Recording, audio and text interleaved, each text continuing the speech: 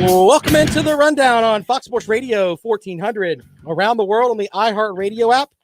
My name is Rob Sanders. Thanks for joining us today. We've got a lot to get into, including I've got some, my list of stuff today is absurdly large. I laugh because some of the stuff I've come up with is actually, I think, will be fairly entertaining for you. Some of it might make you angry, and some of it is my opinions that may make some of you upset. Some of it's just general sports knowledge that you can tell your friends and make yourself look smarter as you go to happy hour today, which is what someone told me, that they listen to the show and then they know everything for happy hour. So that's good too. Something could derail the spring game for South Carolina. We'll get into that. And we've got another former Clemson player has changed his mind about the school he's going to go to. We'll get into that too. There is a rivalry matchup tonight between South Carolina and Clemson. I will tell you about that. And Trevor Lawrence misses out on big money. Yeah, this is something interesting that we'll get into today as well. Of course, you're always welcome to join us here on the Rundown at 978-1832, 803-978-1832. That is the number to call. We appreciate you guys as always. The first thing we're going to get into today is that, there's this big talk about the big soccer league that was going to be like the Super League that's kind of gone down the toilet now because certain teams have said, hey, I'm not going to be in the mix. Okay, and that's fine. But I thought it would be interesting to look at what teams would be in a Super League of college football. Now, the Sporting News put theirs out, and theirs kind of makes sense. So Bill Bender, who's been on the show with us before, talked a little bit about how he would set his up, and he did like a 4 settings thing here: revenue, record, rings, and NFL draft picks. Now, I've talked with some of my SEC friends, and they literally have said, well, we already have that with the SEC. We'll just knock out Vanderbilt, and we'll just put the SEC in, and everything will be happy. No. We're going to deal in the land of reality today, and I kind of like what Bill came up with here.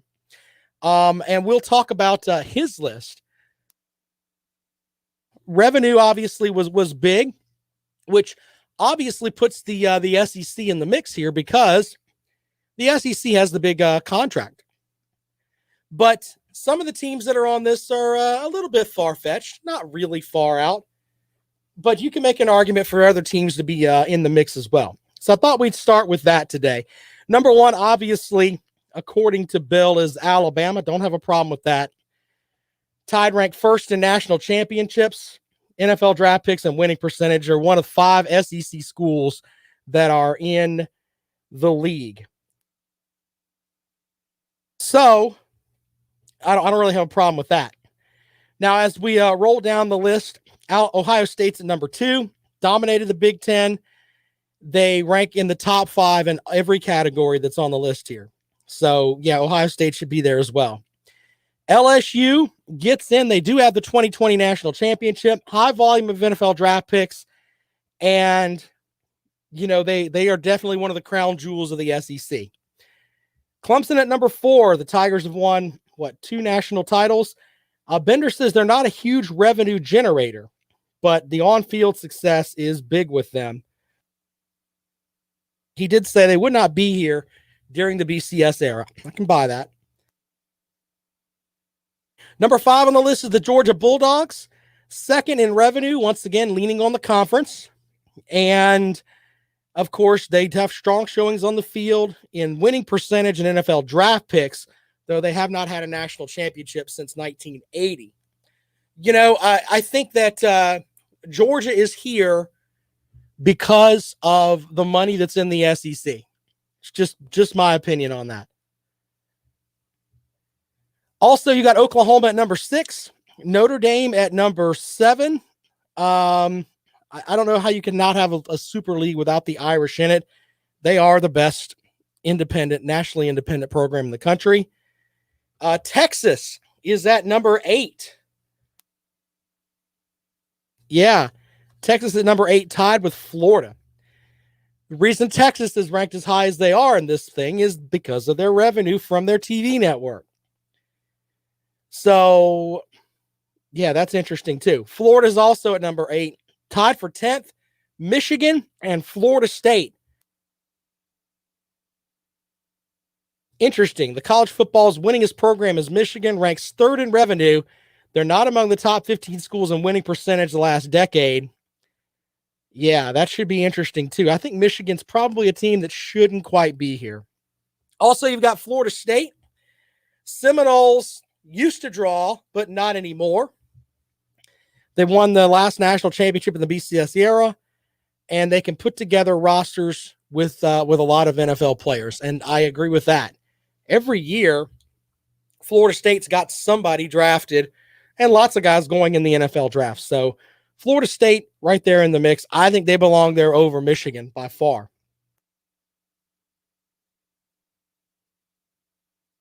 Auburn checks in at number 12.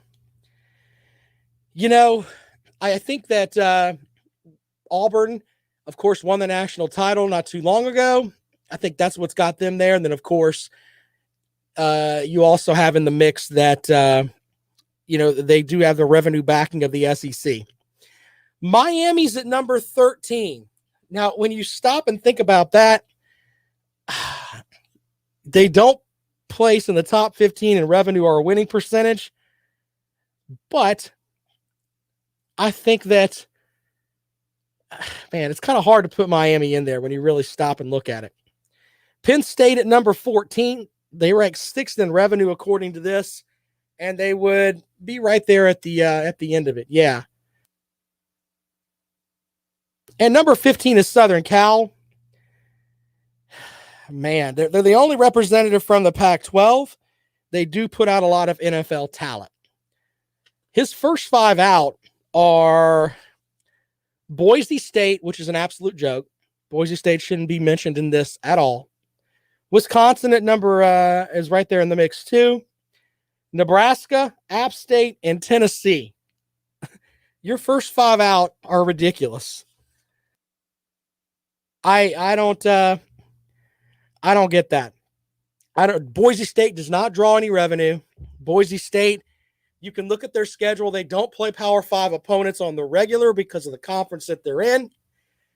I don't know how Boise State could be there. Yes, they win a lot of games, but under that logic, we should put in North Dakota State, who wins all these games, and that at that level. Completely disagree with them on that. And Appalachian State too. I mean, they're in a program that's improving and getting themselves to a point where they're going to be, if they could eventually get into a bigger conference. But as of right now, I'm not really buying that. And Tennessee has had they've completely fallen off the radar. Having Tennessee in the mix doesn't make any sense. He does rank out the rest of the teams here. Stanford is at 21. Oregon's at 22. Oklahoma State's at 23. And Washington is at 24. So with that, when I look at it, the only teams in the top 20 or the top 15 that would make this quote super league, like they were trying to do in soccer before it blew up, I have issues with Southern Cal, Miami, and Michigan. The rest of them I could buy somewhat. But still, interesting stuff there that Bill Bender came out with. What team would you put in the Super League? 803-978-1832, 803-978-1832. That is the number to call. If you had to do your 15 college powers, where would you go first? Which teams would be in the mix? Is there a team that you would move up? I guess it doesn't really matter as long as you place in the top 15. I mean, it doesn't matter in the end. But it is interesting, something to look at there. And I agree with all of what Bill said there, except for the set that I had there. Some people may not like Notre Dame in the mix, and I can buy that too. A lot of that has to do with the conference, but Notre Dame, once again, has the revenue that they could bring in, and their winning percentage, they're a pretty solid team every year. So I talked to one of my friends about this today, and he said that Notre Dame is basically Boise State with more money. And the more and more I thought about that, I was like, not quite. Notre Dame does schedule Southern Cal every year. I don't get the whole thing with the the service academies and how they're kind of hanging on to that rivalry from years and years and years ago. I'm not necessarily buying that either, but I can see where Notre Dame would be one of the top 15. I really would. All right, taking your calls on this at 803-978-1832, 803-978-1832. That is the number to call if you'd like to join us here on the Rundown this afternoon, right here on Fox Sports Radio 1400. Of course, around the world on the iHeartRadio app. Shout out to the folks listening to us there, as well as watching us on Facebook, YouTube, etc. We appreciate you guys. Should a team be on this list that's not there? We'll take calls on that as well at 803-978-1832. One other note, and I wanted to bring this up because former Clemson guard John Newman III announced on social media he will transfer to Cincinnati. Now, he transferred from Clemson to UNC Greensboro, and that he said, that's where he's from. But UNC Greensboro changed their coaching staff. So with that, he got to move on to another school. I think this is good for college basketball because of the simple fact that he went there on the bill of, hey, this coach is going to be here, and now he's not. I think this is good for college basketball. Let people go where they want to go. I mean, the coach could go and leave it at the drop of a hat. Why would John Newman III not take him up on the same thing and, hey, go somewhere else? We shall see how that works out for him. I think he's a great player. But I like the idea of, hey, you go somewhere and they change coaches, you should be able to leave. Now, some people are going to say, especially on the football front, imagine if players just followed coaches. They had the capability to do that. You could have a team like, let's use Will Muschamp for an example. Let's say he left South Carolina and he went to wherever. And if he had the capability, if some of the players that followed, that he recruited wanted to come and play for him somewhere else, I mean, in theory, they could do that. And I think that's something that people worry about. With this, though, I think it's a little bit different because, I mean, first of all, Newman didn't even play, his first game with UNC Greensboro yet. And they've already made the coaching change. But I wonder if it's going to get to that, where certain coaches will be able to take certain players with them. With the new transfer rule, that's possible. That's possible. And the first team to do it, it's going to be interesting to say the least. 803-978-1832, 803-978-1832. That is the number to call if you'd like to join us here on the Rundown, right here on Fox Sports Radio 1400. One other note on Tennessee. They managed to get a quarterback transfer from Michigan. I don't know, what's Josh Heupel doing up there? He can convince guys to come there and play with the sanctions and everything that's heading their way. Maybe there's something to be said about Josh Heupel, the recruiter. We'll find out on that. That is one of the more interesting things that I've seen for a bit. Tennessee did have the whole thing where apparently his recruiting didn't work for the punter. The punter decided, I'm going to leave Tennessee and go to Memphis. That's where I'm going to go. What a mess that turned out to be. It's better to punt at Memphis, by the way, than it is to punt it at Tennessee, according to the punter for Tennessee. But he did manage to get the guy from Michigan.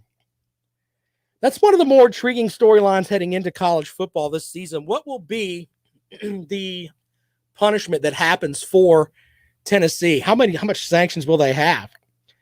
Will it be, now there are some SEC apologists out there that are like, oh, Tennessee won't get anything. It's not going to happen. maybe it's the Tennessee apologists more than the SEC apologists, but the Tennessee folks there's a section of them that think, oh, it's not going to be much. It won't be anything that will hold over the program for an extended period of time. But when you have the athletic director come out and say what they said, and you basically have Phil Fulmer kind of, saying that he's retiring, but basically being shown the door, we'll pack your stuff for you. Have a great day. That's kind of what happened to Tennessee. And you wonder if that's going to end up being where, they don't have a, bowl access for 2 years. What is it going to be? How many scholarships are they going to lose? How will that affect the recruiting afterwards? I think that's one of the more intriguing things going into the season for Tennessee. And, you look at the FPI for Tennessee, and they talk about Tennessee, they expect them to win, 7 games? Something like that? Even with all the players that they lost. Yeah. Shout out to Alan watching online. Georgia beat Clemson 8-7 in extra innings yesterday. Clemson is not a very good baseball team right now. They were gritty last night with the Bulldogs in Athens, but they come up short. Clemson's lost 7 out of their last 8. They welcome in Wake Forest this weekend. I don't really know what to expect from Clemson, to be honest with you. You would think that the freshmen that are coming in, or the freshmen that are playing every day, would be able to finally become, late season or early sophomores. Not so much. Kier Meredith is playing some good baseball for them, but it seems like Clemson just doesn't have the pitching where they can maneuver themselves into some wins. If they don't right now, they are on the outside looking in as far as a tournament spot. Quick break, and we come back. We'll have more for you here on the Rundown. This is Fox Sports Radio 1400. Yeah, Clemson kind of pooped the bed last night. It wasn't very good. Let me grab my water. Be right back.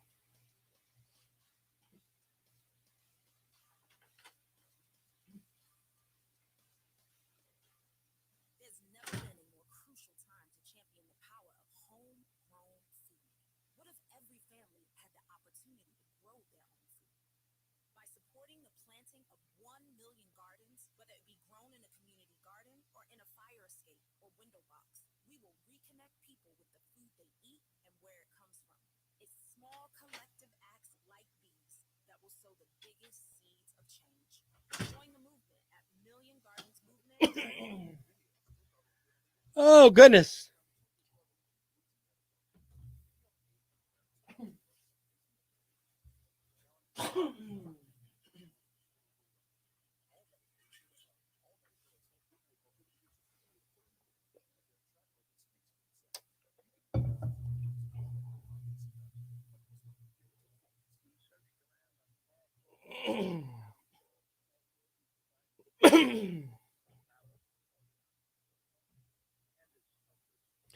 Hey, Georgia looks pretty good, though. We'll give them that on the baseball front. I like their coach, man.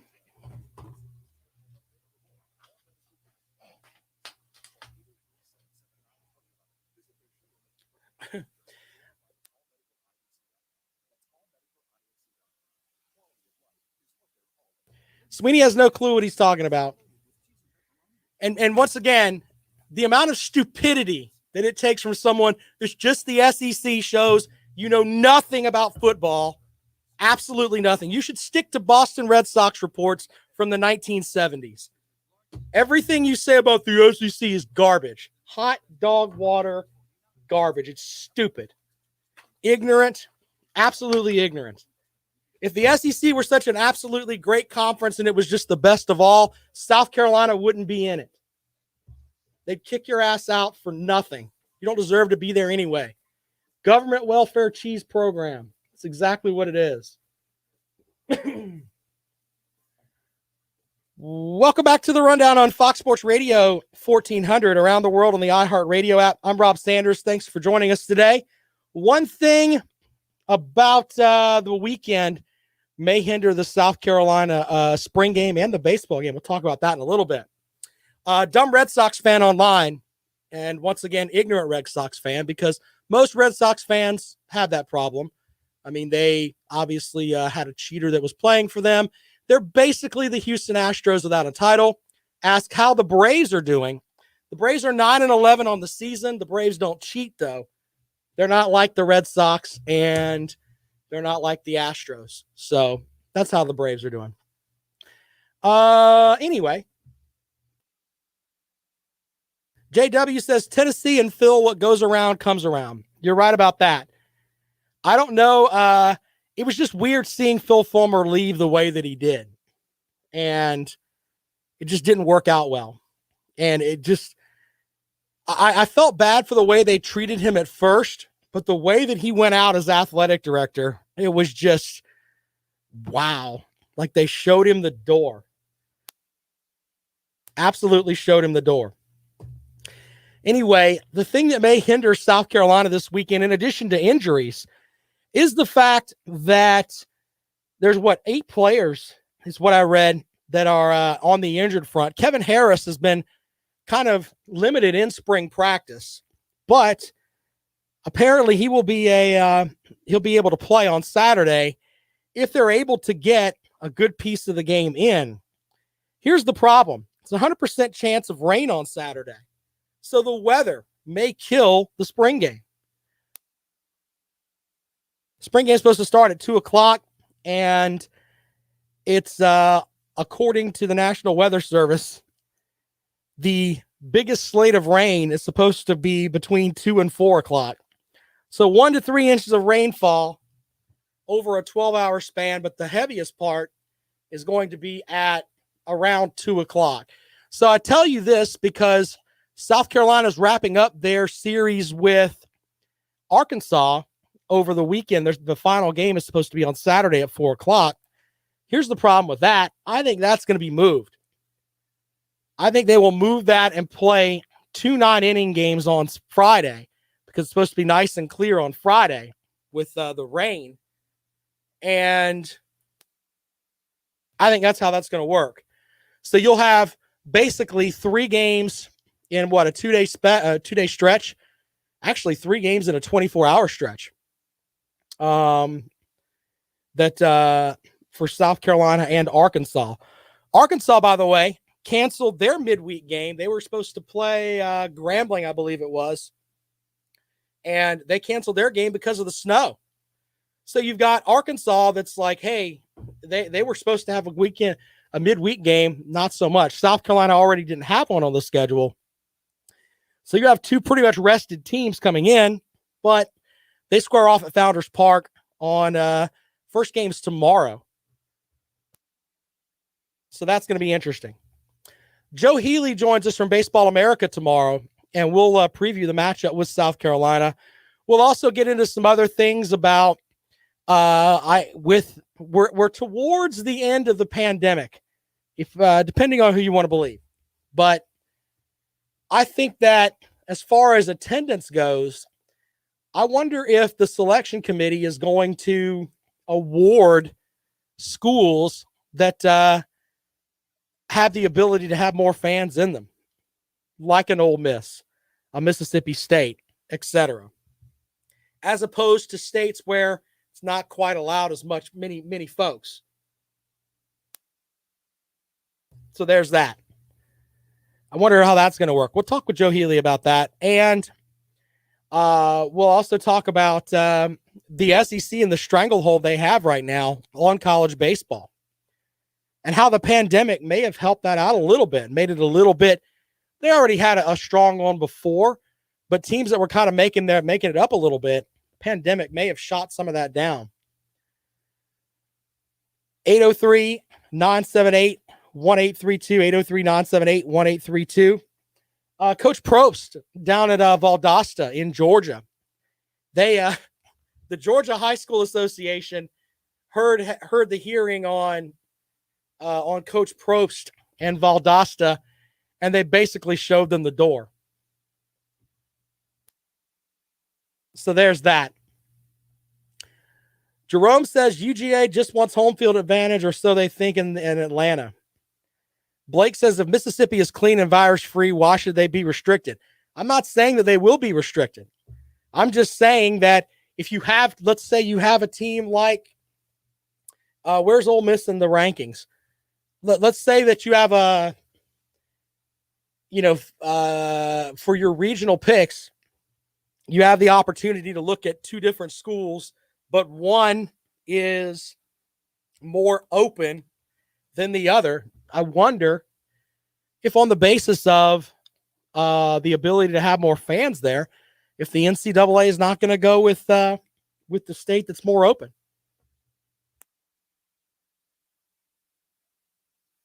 So there's that. We'll take calls at 803-978-1832, 803-978-1832. That is the number to call if you'd like to join us here on the Rundown, right here on Fox Sports Radio 1400, around the world on the iHeartRadio app. If you'd like to join us today, I've got some notes about the South Carolina spring game and what I think you should be watching, and what some of the things that if you look out there, and I don't know how much we're going to see, but things that when you watch this game, it's an area you need to look at. So we'll talk about that this afternoon as we roll along here on Fox Sports Radio 1400. Of course, around the world on the iHeartRadio app. Big rivalry matchup tonight. South Carolina and Clemson play for the first time in school history in softball. I bring this up because the rivalry matchup is a big deal around the state. Clemson right now ranked 16th in the USA Today NFCA coaches poll, their highest ranking to date. They've won 12 straight overall. They're 32-4 on the season. South Carolina's 23-17 overall, 2-13 in SEC play. Should be an interesting matchup tonight. The first matchup between the two schools in softball, and that will be here in Columbia tonight. If you want to head down over to the softball field and watch the first matchup, a little bit of history there. And I think that game will be televised. I got to check. It is on the SEC network, so you can check that out. 803-978-1832, 803-978-1832. That is the number to call if you want to join us here on the Rundown, right here on Fox Sports Radio 1400. Of course, around the world on the iHeartRadio app. You know, next week is going to be transfer week. What I mean by that is that there are going to be players across the country, I think, hitting the transfer portal after this weekend, because I'm pretty sure everybody is done with their spring games after this weekend. And I think this weekend's where you're going to see a lot of guys that are that don't get the playing time they want heading somewhere else. So follow along. Follow along. Blake says TV ratings for this past weekend: 1 NASCAR, 2 golf, 3 WWE, 4 the NBA. I'm on the point with the NBA where I don't watch until the playoffs, but I can watch Steph Curry play though. He doesn't found a 3-point shot yet he doesn't like. But yeah, I watched some NASCAR over the weekend. I watched a few laps over the weekend. And this weekend, it'll be about the UFC for me. I'm all about the UFC this weekend. Masvidal and Usman should be fun. All right, what to expect from the South Carolina spring game? We come back. You're listening to the Rundown. This is Fox Sports Radio 1400. I didn't know there was a BLM protest. Where is there a BLM protest at, Jerome? What are you talking about?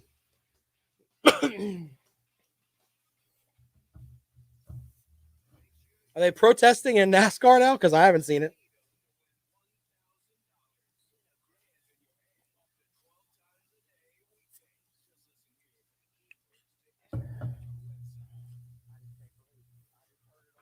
The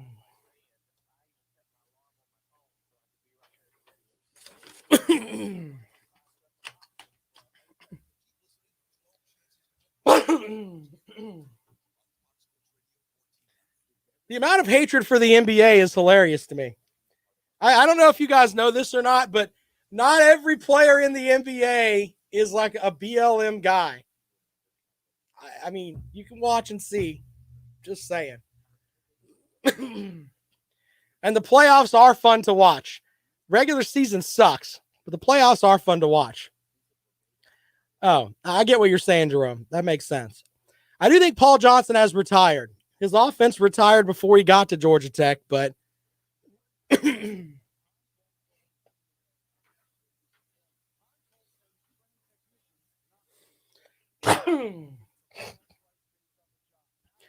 pollen is killing my nose, man. I should take up cocaine so I can be thinner. Might help with my sinuses. If you don't have a septum, then maybe that'll help. I don't know. The NBA of old was better, though. And I do think a lot of the guys that are playing now would have gotten squashed years ago. Can you imagine Charles Oakley and I don't know, pick your guy here in the NBA now? I mean, it's like Steph Curry, all this stuff where he runs from one side of the court to the other. He would have got clocked in the middle. He really would have.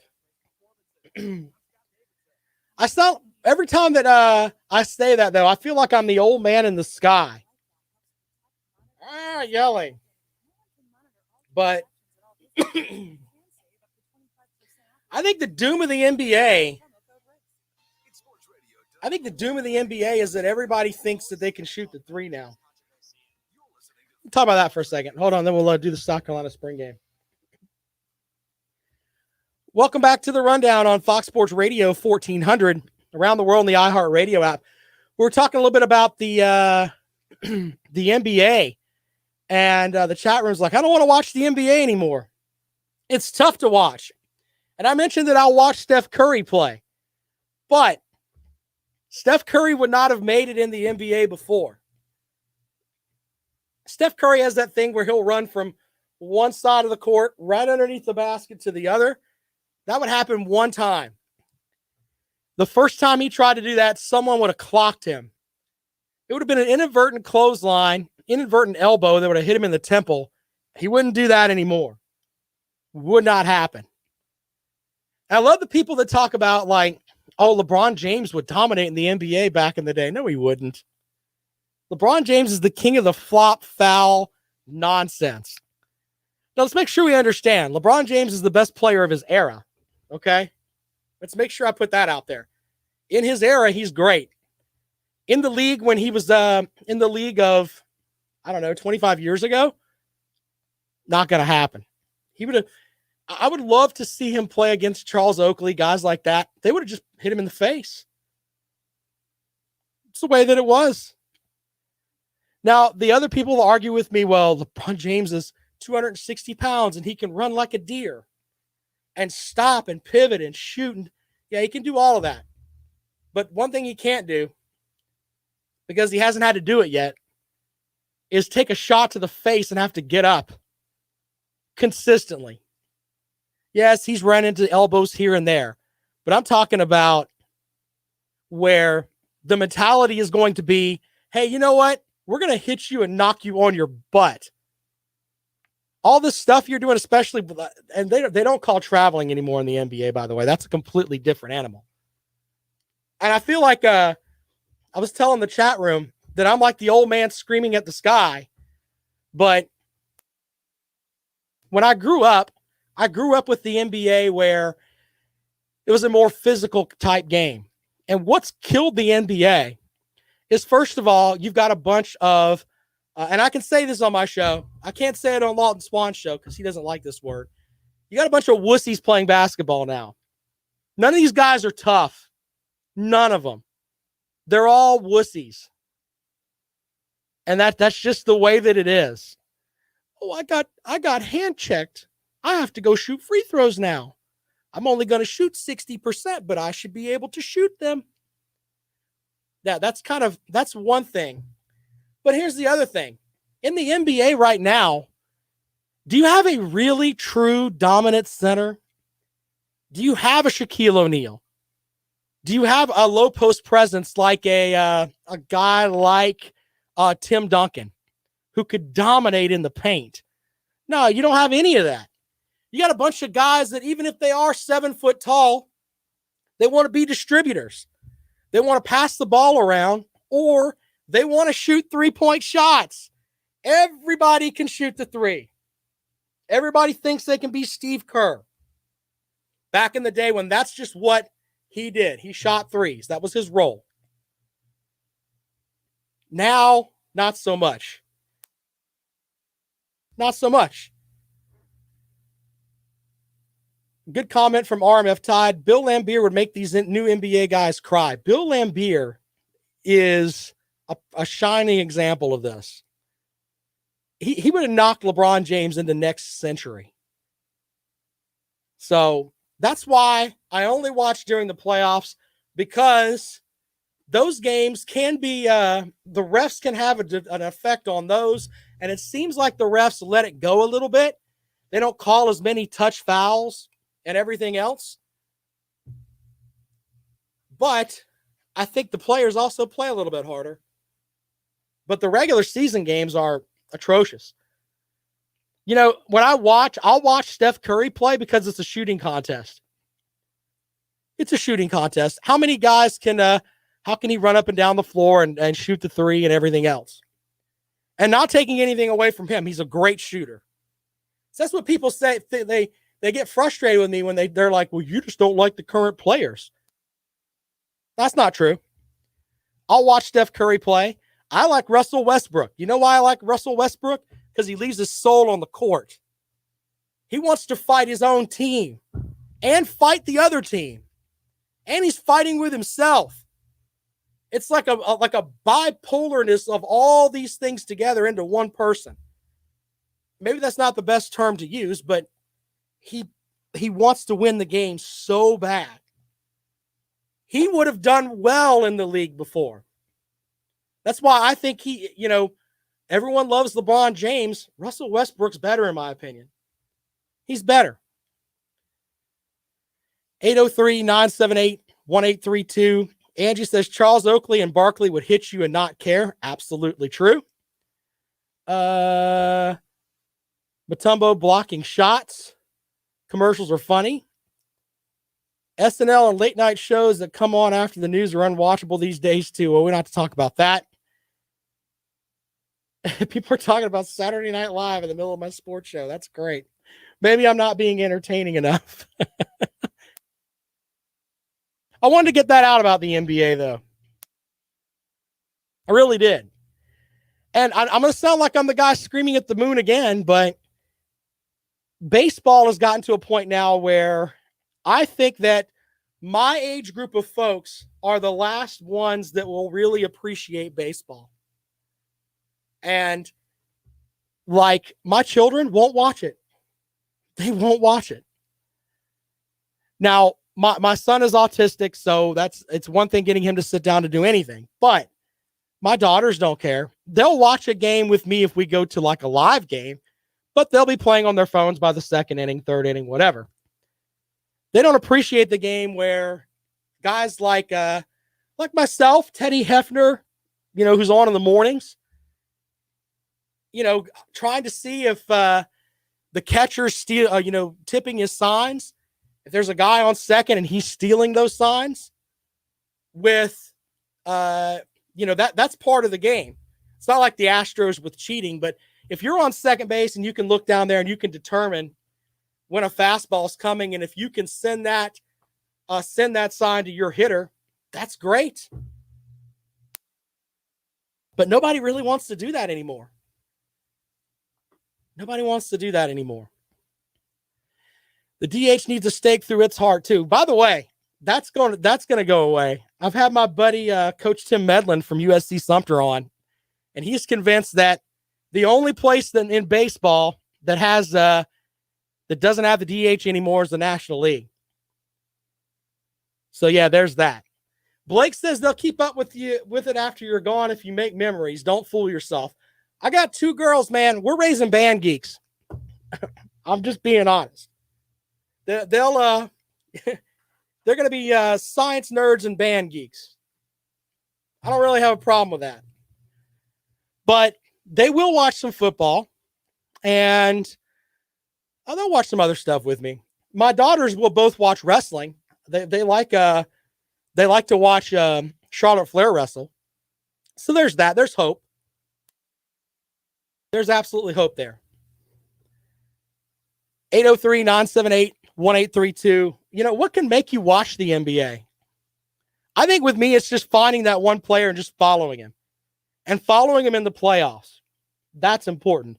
This crap that they're doing with the Brooklyn Nets right now, where they've got all these guys together, that's no fun. That's no fun at all. And that feeds the LeBron James folks, too. They have to put together this great team to beat LeBron James. Maybe that's because LeBron James had to put together a team to go beat Steph Curry's team. Maybe that. Anyway, I've ranted long enough with my old man in the sky stuff today. Quick break, and we come back. I'll talk to you about the South Carolina spring game when we come back right here on Fox Sports Radio 1400. I'm sorry I went off on a tangent there, guys. I get really upset, though, with the baseball thing. Appreciate you guys sticking around for that. I can't get into hockey. LeBron James, I mean, I don't do politics on this show, so we don't even have to talk about his politics and the fact that he just does whatever insert person here tells him to do. But LeBron James and the way that he plays pisses me off. You're the biggest, strongest guy on the court. Run people over. Establish that dominance. Go in there, and when you set a pick, man, set it with both feet. Make people understand, I'm 260 pounds, fools. You got to run through me. It's not going to happen. But he plays like he's just, it's like a low-level church league basketball is what LeBron James plays, with just the style that he plays. I can't watch hockey on television. Yeah, I don't care. I don't care about the longevity. Who gives a damn about that?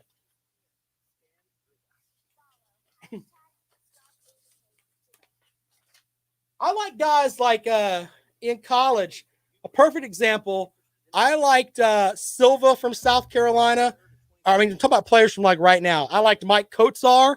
I liked Devin Downey. Devin Downey was that guy, man. 5'8" if he's lucky, 5'9", quick as lightning, would drive right past you. Would use everything that he had with his physical being to do his thing. That's good basketball. These guys just goofing now, and I need 6 All-Stars to win. Get out of here. No one cares. No one cares. I go into the playoffs hoping for teams like, what was it, the year that Seattle had like Detlef Schrempf and Sean Kemp and Gary Payton and all those guys, and they were playing Robert Pack, Dikembe Mutombo, and the Denver Nuggets. The Nuggets were the 8th seed, and the Nuggets knocked them out of the playoffs. I think I was like 15 years old, and I still remember how that made me feel. How it was like, wow, this is great. The number 1 seed, they got their ass shown the door by a team that had no business playing with them. Dikembe Mutombo couldn't shoot a 12-foot jump shot, but he could block and play defense, and you knew if you bring your ass in the middle, it's not going to work for you. Sean Kemp trying to go in there and dunk, no, hell no, we're not having that. Not having that at all. That's what I miss. Robert Pack going out there and basically telling Gary Payton, I'm not going to take your crap. That's the NBA that I miss. You don't really, none of those guys made the Hall of Fame. Maybe Mutombo will eventually, but anyway.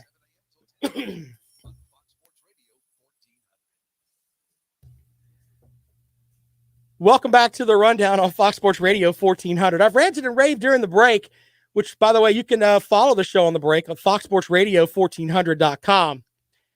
on the Facebook app. You can find it there. And listen to my rants about where I'm the old man in the sky. That's basically what I'm doing.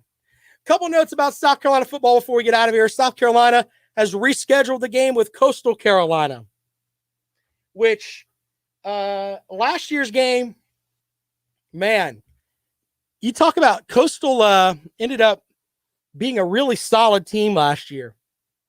If they would have had that game at the beginning of the season, that would have been a tough out for South Carolina. It really would have. But they moved that game to 2025. So with that, the Gamecocks in 2025, they play Virginia Tech. Their non-conference schedule is Virginia Tech as a Chick-fil-A kickoff game, a trip to Appalachian State. So the Gamecocks are going to play at App State, and then home games against Coastal and Clemson. So 2025, which is not that far away when you really stop and think about it, going to be a very I like the non-conference schedule for South Carolina. I wish it was a home and home with Virginia Tech. I don't like the neutral site games. We've talked about that before, but I can get into the idea of, hey, you're playing an ACC team and you got an in-state team. You're going to help out a little bit, and you're going to play Clemson too, another two ACC teams on the schedule, and then going to App State. It's like one of these things doesn't belong. Not to knock App State, but as of right now, I mean, it's a tough matchup. I don't know how good App State's going to be in a couple of years, but from right now, it looks pretty good. So that 2025 schedule for South Carolina looks really interesting. So hold on one second. I want to look up the rest of South Carolina's schedule here, by the way, before I give you my couple of notes from spring practice. The Gamecocks, in theory, let's see here.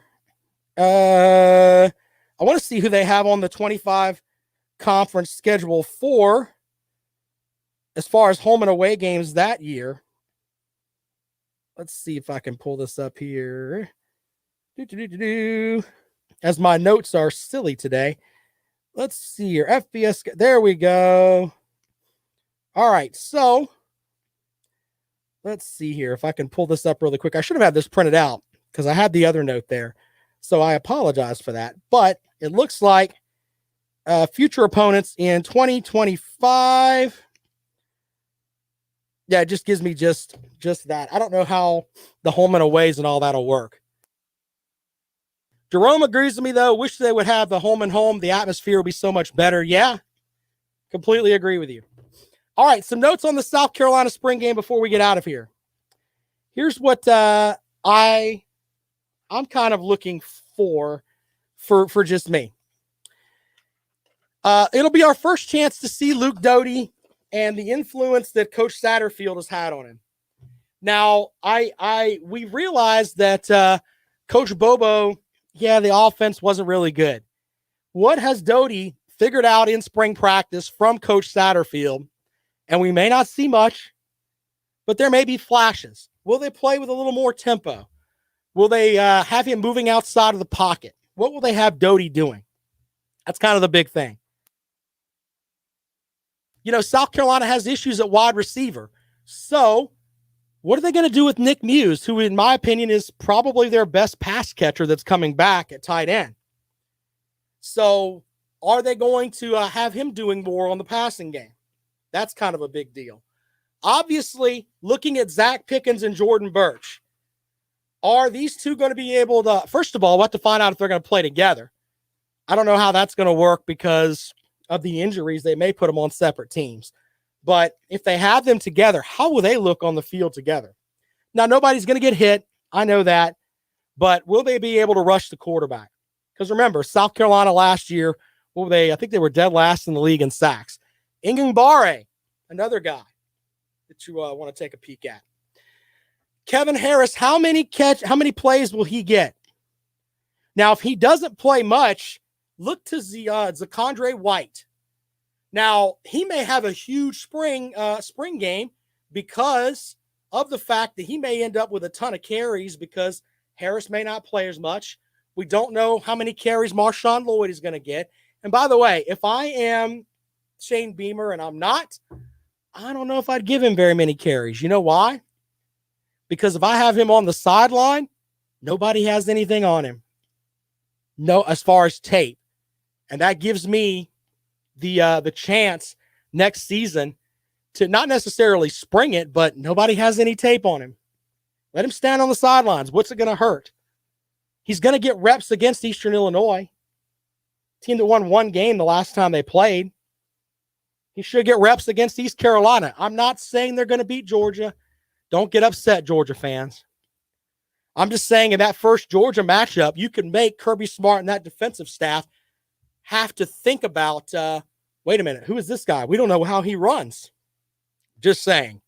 But this could be a coming out type party for Zakondre White.